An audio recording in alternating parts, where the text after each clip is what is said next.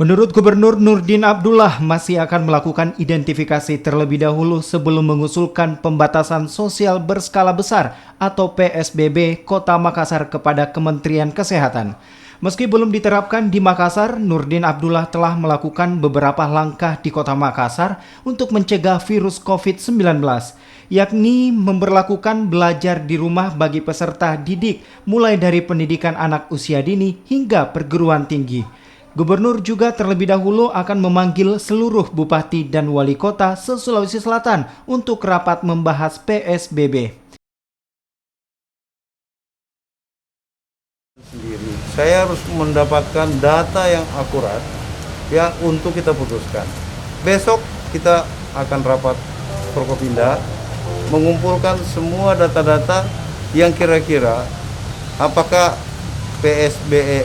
PSBB ini sudah memenuhi syarat untuk kita ajukan. Karena yang mengajukan PSBB juga itu ada indikatornya. Ya, ada beberapa kriteria. Kalau tidak memenuhi syarat susah juga kita ajukan. Makanya kita harus duduk bersama.